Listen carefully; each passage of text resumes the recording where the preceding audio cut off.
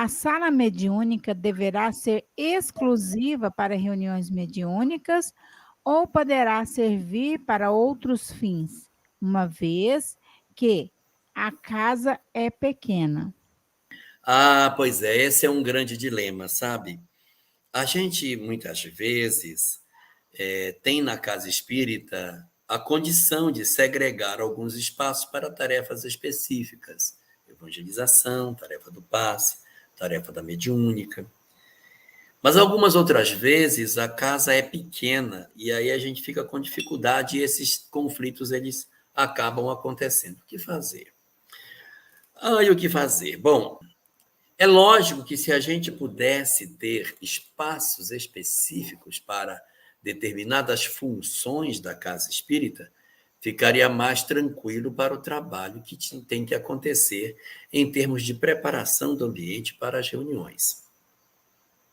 Todos nós sabemos que horas antes da reunião mediúnica acontecer, a equipe espiritual já está presente, preparando o ambiente, realizando uma série de trabalhos, de fluídicos, de preparação dos pontos de comunicação.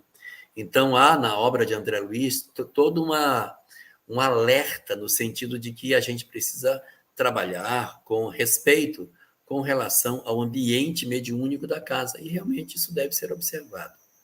Só que tem vezes que o espaço da casa não dá. Não tem como.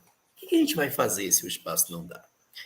Se o espaço não dá, a gente vai eleger as tarefas que seriam as mais interessantes para a gente compartilhar na sala da reunião mediúnica. Por exemplo, dá para compartilhar com a sala de passe? Ou seja, a sala que serve de mediúnica pode ser também a sala do passe? Já acaba a palestra e as pessoas tomam um passe. Tomam um passe aonde? Lá na sala mediúnica. A sala mediúnica, ela não dá para ela ser sozinha, então procure outras tarefas que sejam correlatas. A tarefa do passe dá para colocar lá. Então, pronto, vamos fazer. Essa sala aqui não é mais a sala mediúnica, é a sala de mediunidade e a sala do passe.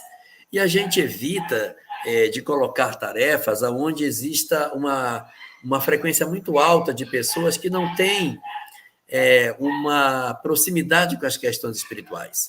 Então, por exemplo, não faça a distribuição de sopa na sala mediúnica. Não faça. Não faça a distribuição de farnel na sala, porque muita gente entrando, saindo, que ele bota a sopa, tira a sopa.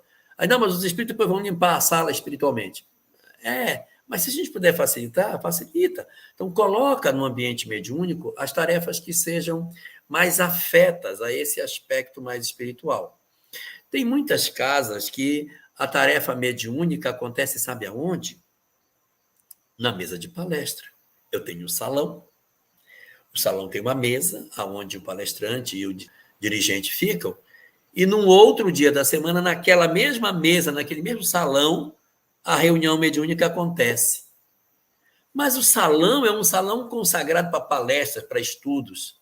Então, ele não tem ali uma energia muito difícil de se lidar em função das falas, da palestra. Mas é uma palestra que tem as pessoas que vêm para atendimento espiritual. Não tem problema. Ali a gente vem para o atendimento espiritual, elas vêm com um propósito de oração, elas recebem uma palestra, recebem o passe, dá para a gente aproveitar. Agora, as tarefas que são mais distantes dos aspectos mais espirituais, a gente tem que trabalhar com mais reserva. Mas isso, cada casa espírita tem que encontrar a sua dinâmica, a sua forma de funcionamento. Se essas dúvidas existem na sua casa, trabalhe isso conversando em grupo. Isso é uma solução para ser tirada no conjunto das pessoas. E o ideal é que, uma vez a gente conversado e tirado uma conclusão de como as coisas devem se dar na casa, a gente redige um documento chamado Regimento Interno.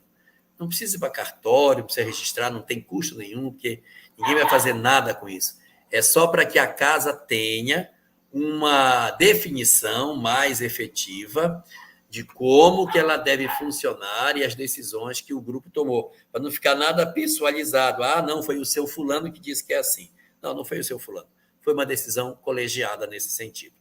Então, resumindo a minha resposta, Se a casa for grande, fazer as funções segregadas é melhor. Se a casa é pequena, ter preferência para as tarefas que sejam mais ligadas ao espiritual para compartilhar com a reunião mediúnica.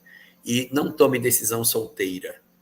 Tome a decisão em conjunto e, se possível, fazendo o regimento interno para que os outros integrantes nos anos futuros tenham um documento expresso para se espelhar e não para se guiarem pela opinião de A ou de B, senão o grupo vai para frente, vai para trás, vai para frente, vai para trás e nunca toma uma decisão efetiva sobre as questões que lhes dizem respeito.